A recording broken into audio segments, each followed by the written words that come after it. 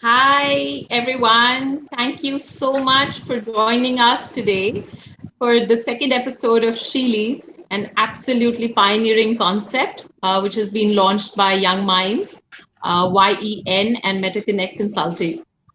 This is such a beautiful initiative, I must say, because we're allowing our women achievers to share their, stories of struggle to success, and that's such an important thing in today's time to help our aspiring young women. So thank you so much for putting this together.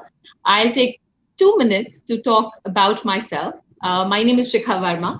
I have been in the corporate space for almost 2 decades now, and I'm a doting daughter, a loving and affectionate mother and a wife, extremely passionate about what I do, and completely dedicated to well being and happiness now for employees, students, and women. So that's a wee bit about me. Our today's speaker, she is an absolute inspiration, such a dynamic lady, and I was stumped when I read about her. She's an alumnus of Coimbatore Medical College. Being a frontier doctor, she has done some extensive work in the healthcare and well-being space as well. And today she dons many avatars. So she's an entrepreneur, a doctor, professional speaker, a TV host, TEDx speaker, a panelist, and a wellness expert. Wow. She's married to Colonel David Devashyam, founder and chairman of Radiant Group of Companies, and is currently the managing director of Radiant Medical Services, which is a vertical of Radiant Group of Companies. She's bagged several awards. She's been the Jaguar Woman Achiever Award in the field of wellness, India's Exceptional Speaker Award, and Black Swan Award for Women Empowerment, and has also recently, in 2019, been given the degree of Doctor of Humanity by the American University. It is an absolute delight to be in this conversation with you. Dr. Renika David, an extremely warm welcome to you. Thank you, Shikha. Thank you for this beautiful introduction. And I'm so honored and privileged to be here today. And thank you for having me. Yeah, so I was finding it so interesting reading or knowing a little more about you. And I could see you've had such an adventurous childhood, being, born in a Air Force officer's family, nomadic childhood, traveling across, even as a frontier doctor, you've been posted at the border. What an adventurous life, I'm sure there's a lot that we can learn from you, and I'd like you to share insights about you and your journey with our viewers today, please. Um, well, Shikha, as you rightly said, yes, I'm Fauji's daughter.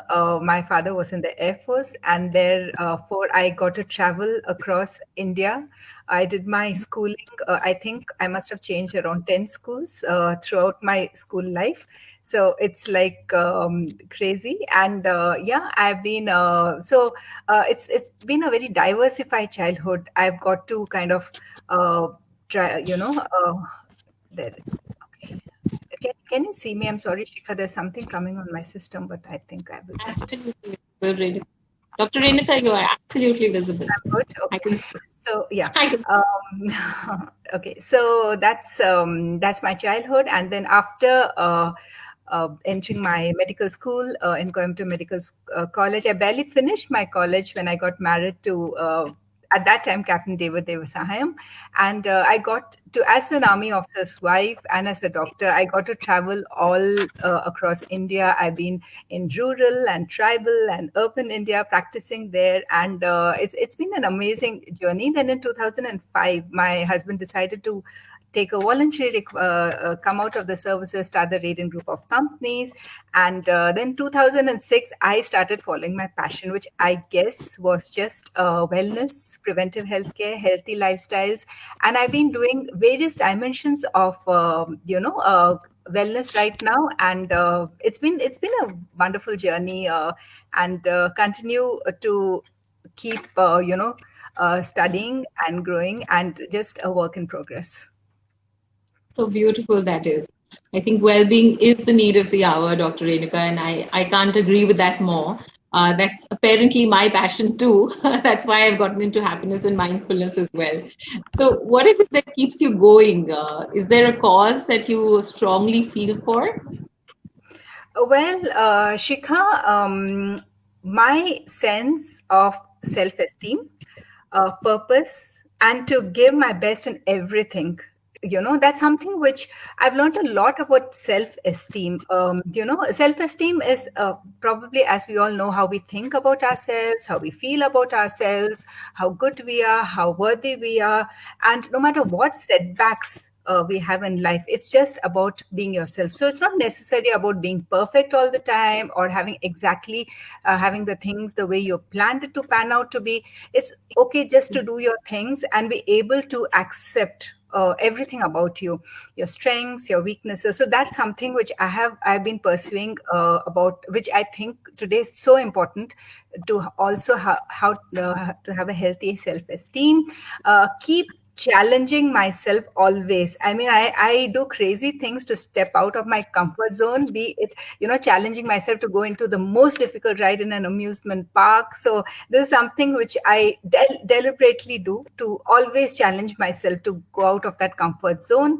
I try to, convert every situation, because being an army officer's wife and now an entrepreneur, so it is something which there's so many challenges, so many situations which do not happen the way I would like it to happen, but then try to convert these situations into opportunities. And then my ability to learn something new every day. At home, we are five of us, and what we've done is we started something like infotainment. So there is information and entertainment every day in the evening. So we're giving responsibilities, and every day we have to talk for about half an hour. So we teach our Wow. family members something new. It could be anything. It could be history. It could be the current affairs. It could be medicine. But that it has to be new. It had to be full of information, and it has to be entertainment. So it's something that we aspire to learn new every day, and try not to lose, because I have this fear, of if I try something and if it doesn't work out. But then I guess I just review it and then try to say, okay, fine, just do it a little differently than what it was. So this is something I've faced in a lot of times in my life, this situation. Love life. I mean, just I live life to the fullest. And then you ask me, what is the cause? My cause is very simple. It is just to reach out and make a difference, because today in the COVID times, we've tried to do our best, whether providing food packages for the migrant workers, or be instrumental in flying some migrant workers from Bangalore to Guwahati, or providing PPEs, HPEs, or just giving a lot of talks and different platforms addressing mental health. So this is something which is my cause, Shikha. Wow, Dr. Renuka, I can't agree with you more.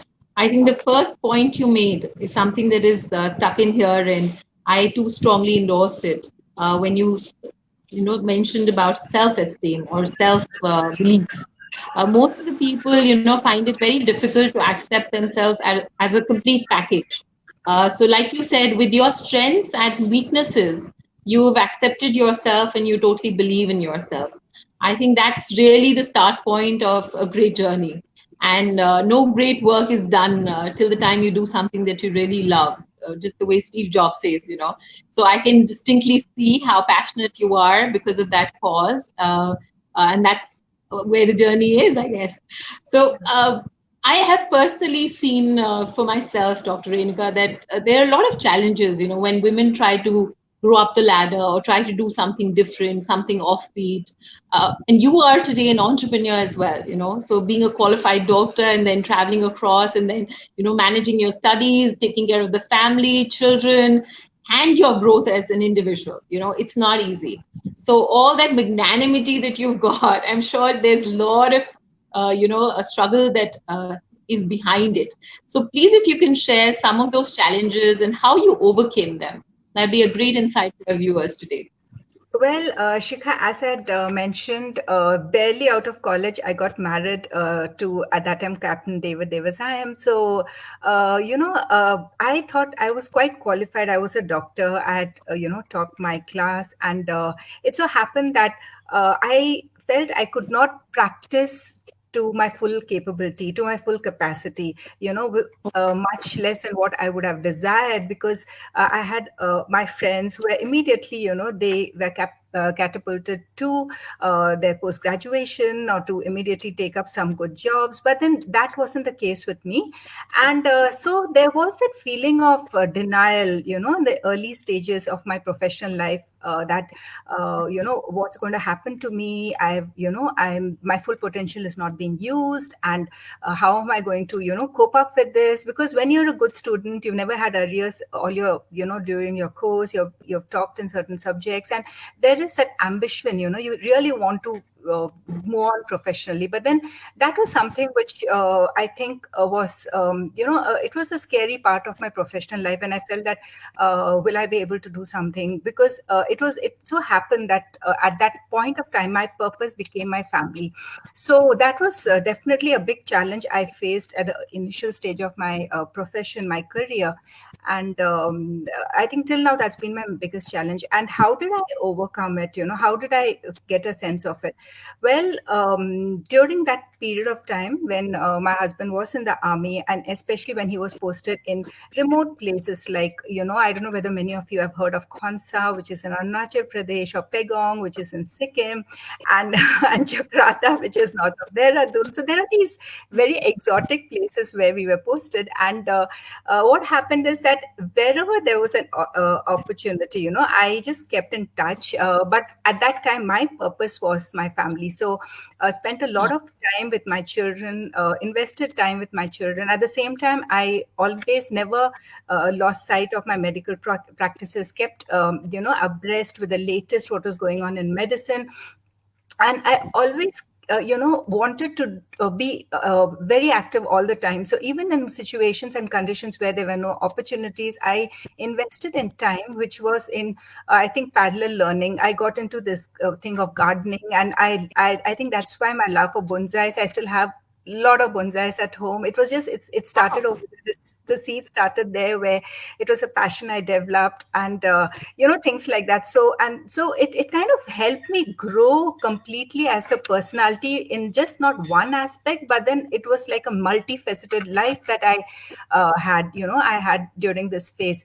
I kept busy all the time. And what had happened was, I also, as I was growing, I developed a lot of self discovery about myself. Because sometimes what happens is, when you say that this is the right way, this is the path that you're supposed to be going, or you see your friends going in a particular path, and you or there's a peer pressure, or there's a family pressure that you're supposed to be going in this particular way of life, then there is this thing when you're not following that, or you're not situations don't let you do that. It is then, how do you deal with it? How do you make those situations your opportunities? So I think that's pressure that most of us feel today. We kind of get digressed the yes. minute there's pressure of expectations from people around us, especially our loved ones. Absolutely, So, absolutely. So what happened is, I developed this resilience that, there's one space in your heart which you keep very, very pristine, very pristine. You say that no matter what, you're not going to let any negativity come inside that. You're just going to be hopeful and positive and move on. Because if at that time in your life you are focused on your purpose, as I said, my purpose was to invest on my children. My purpose was to be together as a family. So at that point of time, there's this area in your heart. You do not let any negatives even try to enter that space. It is your space. It is your space to defend. It is the space when you're in your weakest, you just go into it. You're with your maker, you're with God. And you know that there is that inner resilience which comes out at that point of time. So these are things which actually I inculcated very, very early in life. It was something which has held very strong right now. It has been my foundation to what I've today, tried to become and becoming. So it's something, Shikha, that I've converted all these things, situations in my life as opportunities. I've actually had a very, very doting husband, a very understanding husband who's always encouraged me all along, and he's realized that, he used to see, sometimes he used to see these frustrations. And I remember in Gangtok when he had to go to Nathula, that was his forward post. And he saw this incredible, I was sitting and just prescribing to emptiness, to empty patients, patients coming. And I was, these make believe patients, because I was really desperate that I had to keep in touch.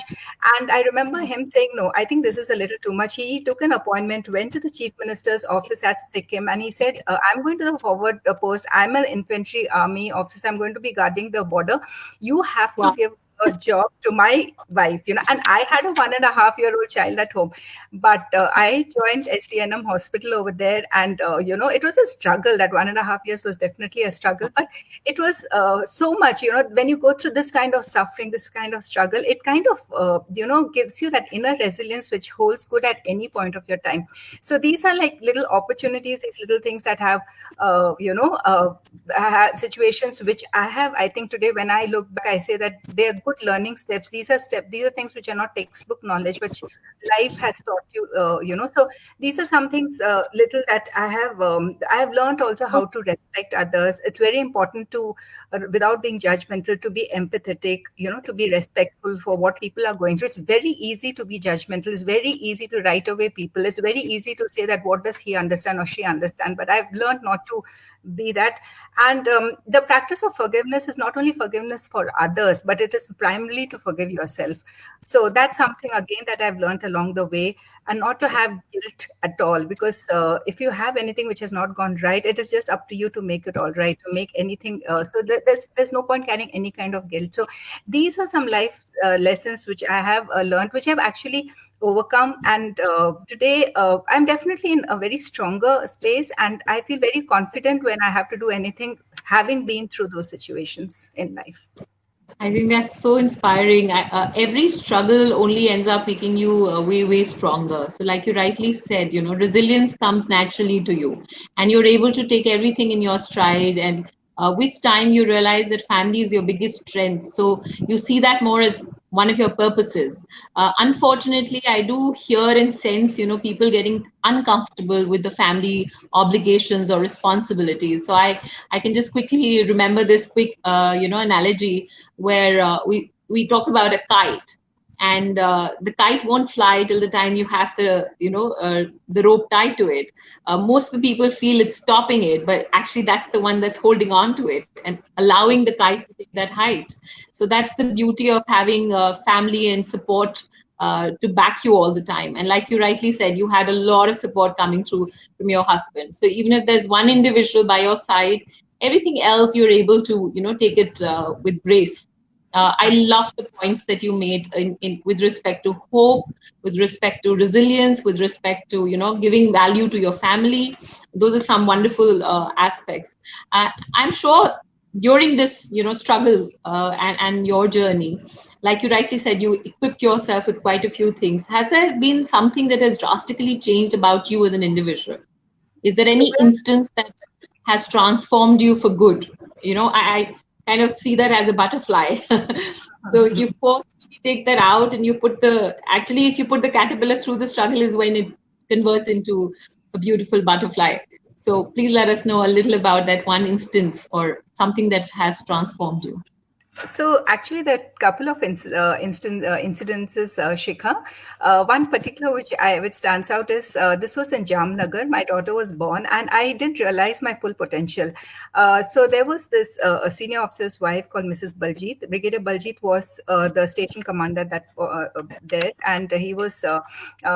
David was he was a brigade commander, sorry, not the station commander. He was a brigade commander. David was a brigade major under him. So it so happened that there was this huge event that was to happen. It's a very big event. Nearly we had about 100 odd guests, and there were many officers' wives who were much senior to me by experience, by age, and she just kept observing me, and my baby was barely just a couple of months old, and so I was kind of relaxing, and as I said, I wasn't even sure about my full potential, and she just called me one day and she said, Renu, you're going to be the host of this huge event. And I couldn't believe it, because this was an event which was really, really huge. We had some very senior officers' wives coming in. We had other station officers' ladies coming in. And there was a lot of events happening simultaneously. It was nearly for about a couple of hours. And I really never thought that I was up to it, But as I said, when someone challenges me or when there's something, I just say, okay, let's get out of the comfort zone and let's see worst come first, what's going to happen. And I took the challenge, and again, we conducted the evening, meticulously planned everything because it was a first for me. And Shikha, at the end of it, once the evening got over and I got the next day, when I was looking back at these events that had happened the previous day, I was actually surprised at my capabilities. And I was surprised that this caterpillar, how did she become a butterfly? What was this that made her this butterfly? How did she carry? And it was so well done that people were actually asking me whether I was a professional, a person who conducted events like this, and I had held it so beautifully. So that was something. I have goosebumps right now, listening to that, because sometimes I feel people so underestimate their capabilities, and we shy away from taking risks or reinventing ourselves or exploring ourselves. Even if we make mistakes, the time you do that and you push yourself, like you beautifully did, you will end up, opening up and turning into a beautiful butterfly. So I love that. So that was one. Shikha, I must tell you another one which happened very recently. As you know, my passion is wellness, preventive healthcare. So I've been wanting to get a bigger, platform for this. So though I've been addressing corporates and colleges and various forums, but then I felt I needed a bigger audience because we were addressing wellness through 9 dimensions. We were, So I remember that I went up to my husband and I told him that I need something. I need a bigger platform. So he said, what do you want? I said, I think I need a conclave. I need a huge national conclave. So he immediately, he said, good, that's a good idea. But my dear, it just doesn't work that you want it and it'll happen. That's not the way it works out here. Please make a hardbound book, write down your ideas, write down what you want, meticulously plan each and everything, and write from your financials, write from how you're going to organize it, write from what kind of speakers do you want. And that kind of, it took me 2 years to get that book out, because I also, along the way, learned a lot of things as to how to organize a conclave. And we had our first conclave in 2015, and we had some amazing speakers, and it was actually over 2 days, and by God's grace, we had a fourth edition last year. And again, that was such a big learning step for me as a person, because so many, you really do not realize, you do not tap your best potential. You do not become the best version of yourself unless you're pushed out of your comfort zone and you're challenged. And that was a huge stepping stone for me. Totally agree with that. Yeah, I've seen that in my own life, and therefore I can say that these times are the ones that train you and make you tougher. So it's always. Yeah. Absolutely. And I'm so happy to say that now at this point of time, the Radiant Wellness Conclave is one of the best conclaves, a national level conclave that we conduct at Chennai. So I'm really, really happy and proud to be, instrumental in. So yeah, that's something we're which so happy and proud to hear such an initiative going on, and with all that passion and love for well-being, I'm sure there's more to to do for each one of us. I'm also glad that, off late there's this conversation about happiness that's picked up, and it's also because of the crisis, the lockdown, people have started, focusing on their well-being a little. So happiness is the most critical thing. It's the purpose of life, so to say. What is your sense of happiness as on date? How do you define it? How do you perceive it? Well, Shikha, it's a lot of ways of, there are different, how I would like to put it is there are different perceptions of happiness. The things that have worked for me in person is the kind of I think, personal instances which have happened to me, which I've realized that what are the situations which can make me happy. Definitely, when you have a courage to dream, and when you pursue that dream with passion, and you make it your purpose by educating yourself and preparing meticulously with dedication, with intelligent hard work, with that kind of commitment. And also you have to remember that when you go about doing something like this, the world just comes around helping you. You'll be amazed at the kind of help that comes from all sectors. So it is also very important to have realistic expectations, because you might have a plan, you might have a goal, and you might think that this is what is going to be your purpose in that at that point of time. But it has to be realistic. You have to know what are your strengths, what are your weaknesses, what are the barriers which are going to prevent you. So unless you're not realistic and you're going to just keep hitting out, you're never going to be happy. You're never going to say that this is giving me my happiness, I'm giving it my best, but this is not happening. So you have to realize what your purpose is, what are your strengths, what are your weaknesses, and intelligent hard work, and give it your best. And then you'll have to also do an analytic process at that point of time, whether this is your purpose, this is what is meant for you, or you have to just change course. Because Oprah Winfrey so beautifully says that when you feel that something is failing in you, or you feel this is a failure, it's actually not a failure. It is just that you're at the wrong turn at that point of time. You just have to take a pause and say, okay, I have to reroute my life. I have to just take the right route. I have to go around this. I have to take a completely different direction. So that's something which is very, very important. And again, there's something which source of happiness is to self-love or have self-confidence, because this is something which, you're not born to be perfect. You're not born to be the girl that you see in the TV, in the advertisements. And suddenly when there's this beautiful mom who's got this amazing power job, 9 to 5, she comes home, she's still smiling, she's not yelling at her kids, and she's keeping and a beautiful home. And and you're already falling short. You've got self-esteem, you've got a lower self. You see all this glamorous thing, and oh my God, I'm not measuring up to this. So you're feeling worse. And no matter how hard you're trying, you're not happy.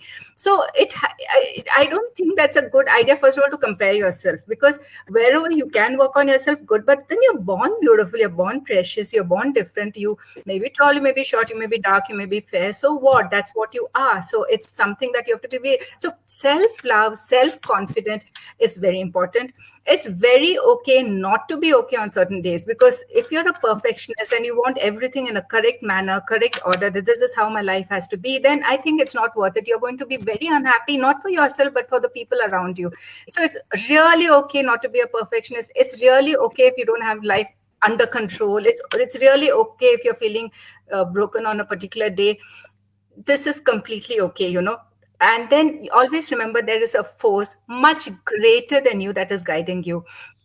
And as I mentioned earlier, keep that space in your heart very pristine for you, pristine, clean, where you're not going to let negativity, you're not going to get negative emotions, you're not going to let anyone affect you. It could be anyone close to your family, it could be your any blood relative, anyone living with you. You are not going to let that come near you. It's just that space which you are going to guard it.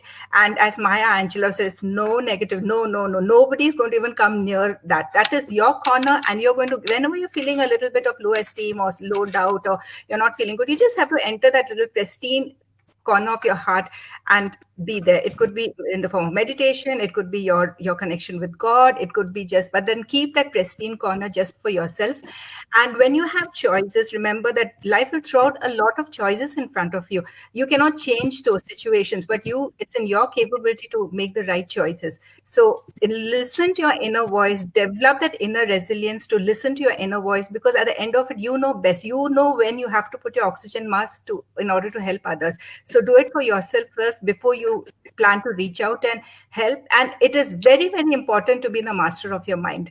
So these are some little tools which help me to pursue happiness. It's so important, the oxygen mask example that you've just shared, because I do feel a lot of us are trying to do so much for the world around us, for our professional life, for our family members.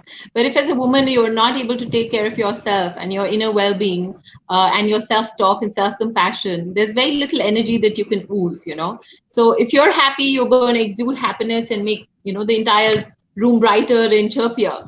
So it makes a hell lot of a difference. And the point that you mentioned about perfection, I love that. I think most of us are obsessed and we want to do everything 100%. So my mantra on that is that we must look at 8 as the new 10. There was this time when our elders used to do a lot of chores, and between my mother-in-law and I, we keep talking about it. I said things are different now. So I think the yardstick must change. 8 is the new 10, and we need to be a little more gentle and kind to ourselves, and relax and take breathers, or give ourselves our due breaks where required, or pursue our own passion and heart. I see a lot of women, dropping their hobbies or not being able to do it, saying, I don't have time. So you're quite right. It's wonderful to, just be able to focus and follow your heart. That's beautiful. It's unfortunate, Dr. Renuka, despite having so many, I, I would say women are blessed, they're blessed with a lot of light inside. It's unfortunate that we have very few women leaders. And I honestly feel that there is something that holds them back. What are those aspects that you think are our blocks, and how we can overcome it, according to you? So, Shikha, women make great leaders. Absolutely bang on, you couldn't be more right. But your second part of your question, it's very complicated. There's been such a push today to gender equality, which is a great thing. And in some ways, I think women are up to it. Maybe not for failure, but when this happens, they are up to it. But there is also not only this fear of failure, but there is a lot of stress on them. I think the way we look at gender roles in workplace has really changed, because today we have a lot of women leaders who are they are right in the front. They are the board leaders. I mean, they head boards. They are putting in long hours of time, and that's great. But women are the ones still dealing with pregnancy. They're still dealing with childbirth, and traditionally they are the caretakers of the home. I'm not saying that men don't deal with it, but I think it puts a lot on a women's plate. At the end of the day, it's just not possible to do everything, to be, to kind of great corporate, do everything, and then, come home and then do all these things. So you're actually missing that fine print between the lines. Because at some point of time, when you're trying to do everything to perfection, something is going to give, something is going to is going to break. So it's very, very important to that how you will have to figure out to get the right tools and get all the help that woman needs to help her to achieve what she's doing. So if it is having a child at home, how does she manage childcare at home? If it is putting in long hours, is there a conversation she's having with her husband to kind of pull in? Is it expected that she comes home and makes the food? She's a primary caretaker of the house. So is there going to be enough tools to help her to, because as I said, if she's going to do everything, and today we are talking of gender equality, we are talking of woman power, and we're talking, but then please remember, don't miss out that fine print between the lines. We have to have our tools to enable us to be that, and that requires a lot of support. Sorry, in the words of Indra Nui, she says, coping mechanism is very important. So irrespective of which sphere a woman operates, she would always need this, coping mechanism. Who's backing her? What are the tools that she's utilizing? So that's a very good point that you're making. Yeah. And so it is very important that we want our daughters out there, we want our wives out there, we want our sisters out there, we want our close friends out there. But as I said, there's a lot on her plate, and she has to be given those tools, and so that's a way forward, because unless that happens, it's going to be very, very difficult. At some point of time, there is going to be a little break. So that's something which I think, and even women among ourselves have to be very supportive, because I know that at times when you're feeling the load, it's good to have one friend of yours, whom you can call no matter what date, night, whatever. You can just call that friend, and you know that she has your back. She knows that what she's going to tell you is going to give you that comfort. So just talking with her and just feeling good about it after a very busy and hectic day, I think that everyone should aspire to have that 1-2 a.m. friend. It could just be that one person, but it's important to kind of also de-stress, to just release that steam sometimes. Of course, your spouse, your children, everyone are there. At times, if she just needs something beyond that, a little, being a little girl, or being a little woman, or being a little bit of herself, that she'll build up, and that, that it's okay to be that. So it's very important. Everyone should have a 2 a.m. friend. I so love that. I've always done that with my siblings, and I believe that a little bit of madness and weirdness is so important in life. There's a saying that we grow up, but we actually just grow up to show it to the others. Inside, we still remain a child. So that's something that you should always unleash and be weird, act funny, make mistakes. Stay curious. All these elements kind of add up in your life and allow you those breathers and breaks that we all rightly deserve. so, so so all throughout, it's wonderful to hear from you in terms of all the aspects and the multifaceted struggles and success stories that you've created. I'm sure there's something that you would have learned as a lesson for yourself, one of the biggest learnings that you treasure dearly today. If you can share that with us. Well, Shikha, my biggest learning is to, first of all, as I said, I believe in loving myself. I'm not narcissist. I'm definitely not that. I'm trying to create a very healthy self-esteem within me. So it's something which is so as I say that unless you put that oxygen mask, you cannot help anybody else. It's very important to have your goal, to dream, to dare to dream. Please, when you're sleeping, just keep dreaming. And when you dream, you go out there to pursue it, to go out there, no matter what, even if you have to slog, if you have to make sacrifices, just go there to find out your purpose. Whatever is your purpose. Now, your purpose need not be, at least for me, when I say that, my purpose had been different in different stages of my life. Maybe at the beginning of my family life, my purpose was my family. So see what your purpose is, and then you make that your profession for that point of time. Also, my take is like how Maya Angelou says, you do the best you can until you know better, and when you know better, you do better. So that's something which I've always followed. And listen to your heart. You just have to know that this is what you have to do. This is how you have to give it your best, your passion. Be an inspirator. And it's nice when people actually come write to you or talk to you and tell them that you remember you told me this some many years back, and it did wonders. I got a lovely note even very recently when someone reached out and said, Dr. Renuka, you told this to me nearly about 7 years back, and today, thanks to that, these little things which you don't even remember when this happened, it is very inspiring, it's very motivating, and it's very nice. Or my little daughter, she suddenly comes, puts her hand around me, and she says, Mama, I wish I can be a person like you when I grow up. I mean, like, it's so sweet, but it's so inspiring. I think this just keeps me going. So it's just that how with passion, with thing that a mother would want to hear, I guess. So one of the dialogues I can recall from Jab We Met, मैं अपनी खुद की favorite हूँ. So that you must do as a practice. Absolutely. So that's something. And then very, very, very important is keep that little pristine corner for yourself. That is some place that you must go whenever. So you don't need to, it's like a ECG graph, Shikha. ECG, that the waves are always going up and down. The moment there's no activity, what happens? It's just a flat line, and then you flat line.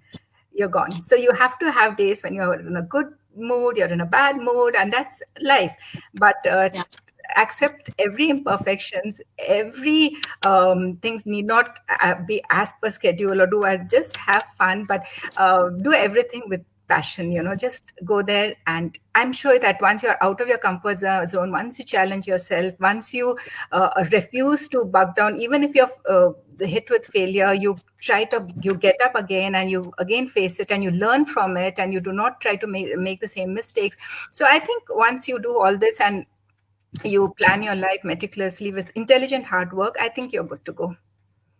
Awesome. Those are some amazing points that you've shared, Dr. Renuka. So I'd like you to also share some, tips and advice for our women in this current scenario. There's too much on their plate, like you rightly said. So there are several things that they're managing: work from home, learning from home with their children being at home.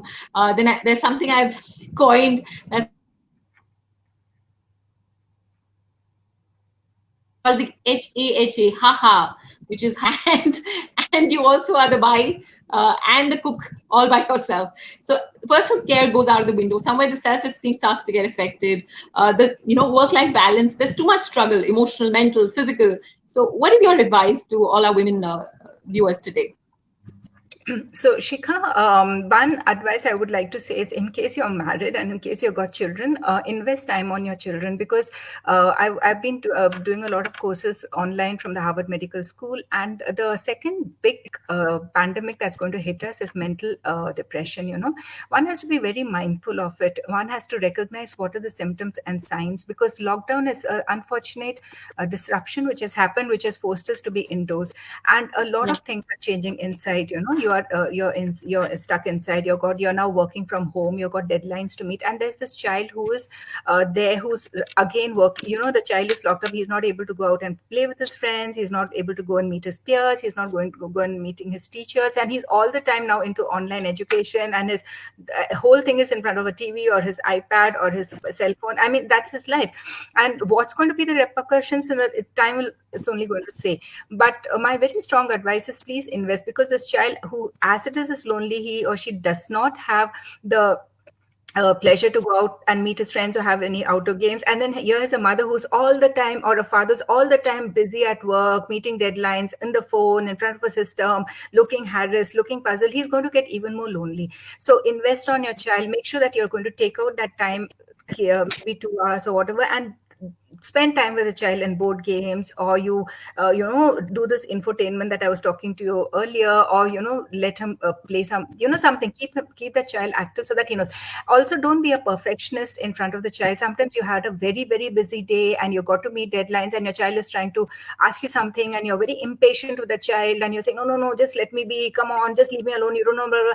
And having a bad day, and suddenly then the child is sulking or the child is sad, and then you realize that, oh my God, you're not done the right thing. So I think you have to go and talk to the child and say, I'm sorry, baby, I'm sorry, mama's had a bad day, I've had this problem, and I had to meet this deadline. I didn't mean to be rude to you. So what happened? Two things are happening here. One is that your child is realizing that mama also makes mistake, papa also makes mistakes. So it is not necessary that you should be always leading a very correct life, a very perfect life. Mama also can have a bad day. So these are some life's instructions actually you're leaving behind with your little one.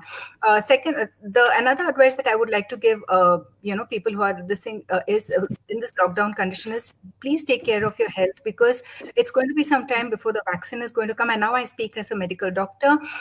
Apart from your face mask when you're going out, or your social distancing, or your washing, sanitizing your hand, be very careful of also in building not only inner physical resilience but mental resilience too. Physical resilience is, of course, having your immune rich diet. I'm sure most of you must be knowing about it, about having your vitamin C's and your zincs and your magnesium and all that. But mental resilience is something you have to work towards. Do not let depression, because this is honestly, Shikha, this is a study which has come out saying depression is going to be the second pandemic, and India unfortunately tops in depression. Our leading cause of mortality today is suicide. India tops among all the countries. India tops in depression.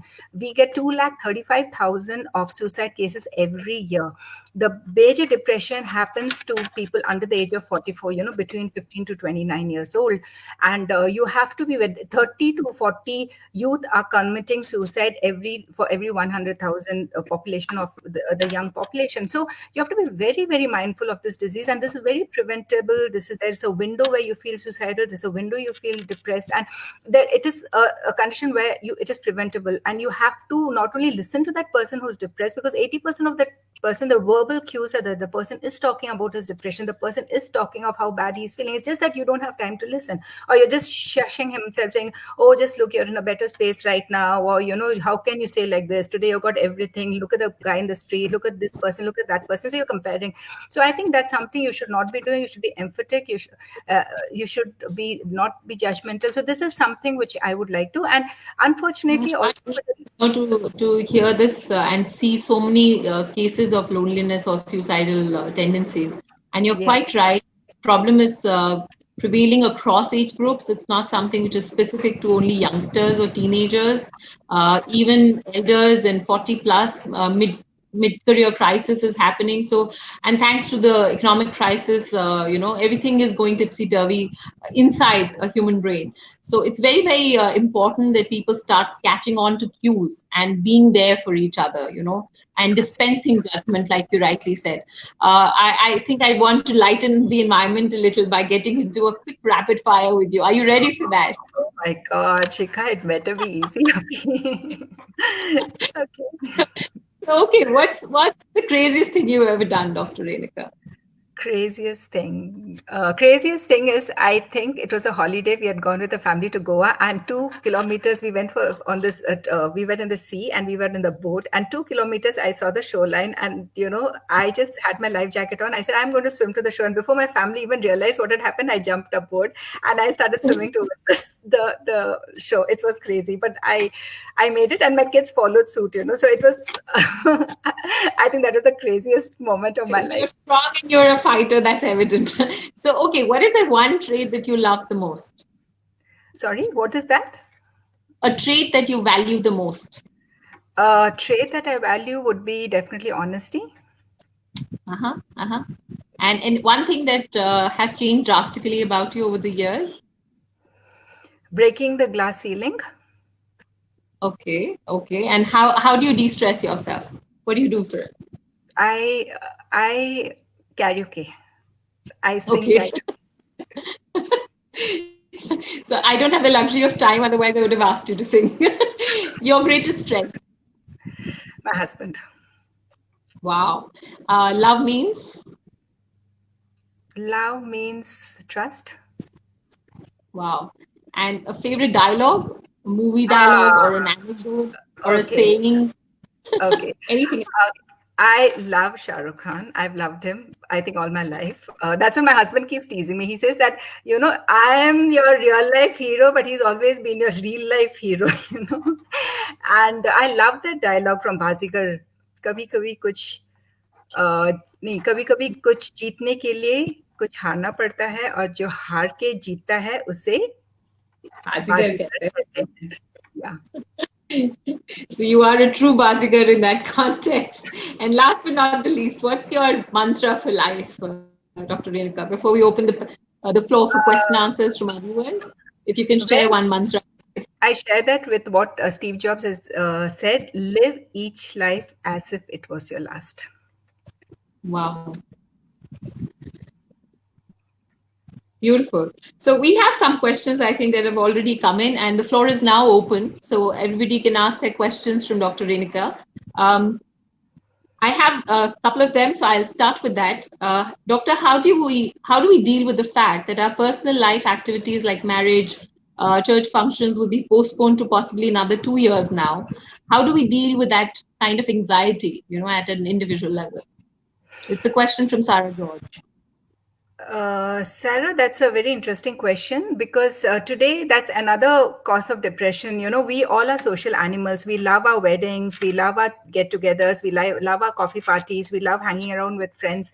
So this is something which is, one of the very major causes of depression, that you are not allowed to socially interact. And there's a lot of difference when you're Zooming with your friends and when you're actually physically hugging them, or when you're, with them and stuff like that. So this is going to be for a long run. It's a long time, until we have the vaccines and until we have everything. It's not something that we're going to see very shortly. So I think it is just a new normal that one has to adapt. One has to realize that you don't have a choice right now. And I think the thing is just be resigned, accept the fact that this is what it is. It's a situation where you cannot do anything about. Resign to this new disruption, and based on that, create your around this new normal, create your space of happiness. Find what are your goals, what is your purpose for that point of time, and I'm sure you're going to figure out that how you're going to pursue this. Yeah, thank you so much. There's one more question from Prasun Kumar Roth. How to be self-motivated in these trying times where nothing seems to be going in our way? Prasun, again, this is a question that a lot of people face. How do you self-motivate yourself? Because at this time when things seem so, disruptive, everything around ourselves, whether there's economy instability, whether there is, there doesn't seem to be any hope. The job markets are getting down, and people are, closing down, or they're minimizing their businesses, or you're losing a loved one, and there's this fear of getting infected yourself. And so at this point of time, you have to build on your inner resilience. This is very important. This is a test of time. Always remember that this is a very temporary phase, and which will pass. It's just taking time. And I'm going to give yourself maybe a year. But in this 1 year, this is an opportunity for you to develop some, to challenge yourself, to get out of your comfort level, and to not succumb to any kind of negativity, because that's when you're going to be you're going to overcome this. Find out what is it, how do you get your inner resilience over here, because you know best for yourself that suppose this is giving you sleepless nights, or suppose this is giving you too much of anxiety. So what you need to do is that, I'll give you a very typical example. If you can figure out how to get that enough rest, say 6 to 7 hours of sleep, you would get up next day morning fresh, and you might say, okay, let me rewrite my resume. I might just be able to get a better opportunity. Or, that's what I'm saying. Just tap into that inner resilience. You know what you're good at. You know what you have to just figure out what is that works for you, and build on it. Do not let any negativity come near you. Get into that pristine space I've been talking to you about, and don't let any external factor demotivate you. Build on write about what your aspirations is, what are your goals, how do you want to figure this out, and you'll be surprised when you start moving in that direction, how the world comes around to help you. You just have to take that first step. It's a very nice point you said. When you can't go outside, go inside, and that's the rule right now for all of us. I guess we need to start building ourselves, honing ourselves, equipping ourselves with more and more tools as much as is possible. So I'm going to take a quick 1 or 2 more questions and close for today. How to deal with negative thoughts that comes to our mind when there's a failure, because you tend to go down. This is a question from Vanshika Azad. Dr. Renuka, if you can address that, please. Vanshika, I must confess something. All of us have very bad days, all of us have very bad moments. All of us go through very bad situations in life.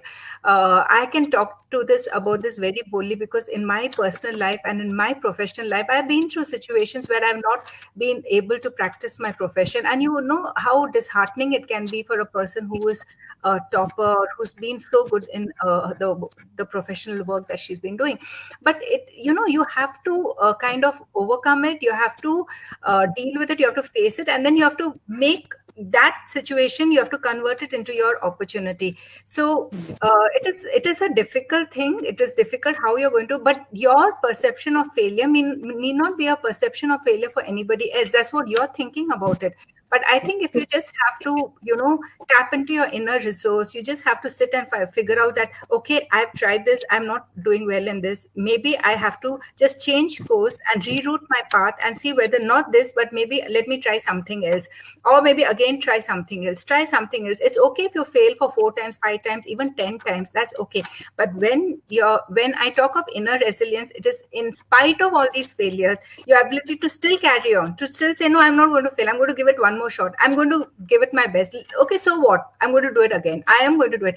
That's your resilience. That's your victory. And trust me, Prasanna, it's going to work. So just don't give up. Don't give in. Don't feel despondent. Don't think that this is a failure. This is not a failure. This is just a learning phase in your life. Because through this tool, you're going to go there and achieve a lot. So remember on this, take lessons from this, your perception of failure, but keep this as your foundation, as your tools, as your guiding force to move on. So I think it has kind of addressed our next question of feeling stuck in life. So we're going to close for today for sure. And Dr. Renuka, it was such an inspiration to talk to you today. I've thoroughly enjoyed this conversation, and I hope our viewers are going to benefit from everything that we've shared with them today.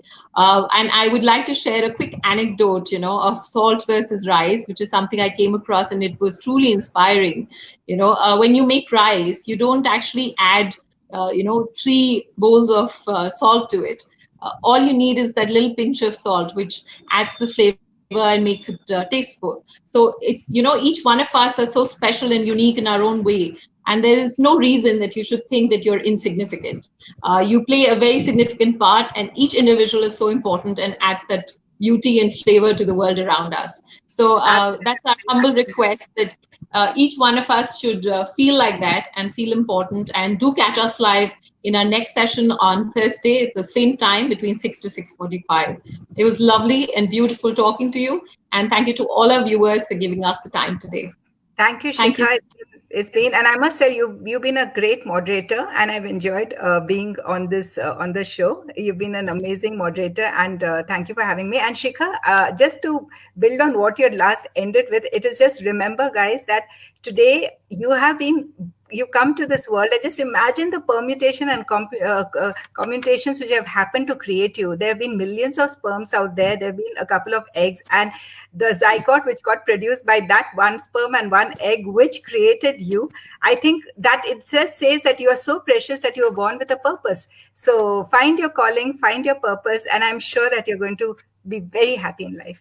Thank you, and Shikha. love yourself. And love yourself, like you said. Absolutely. So thank you so much. Thank you so much. Thank you, everyone.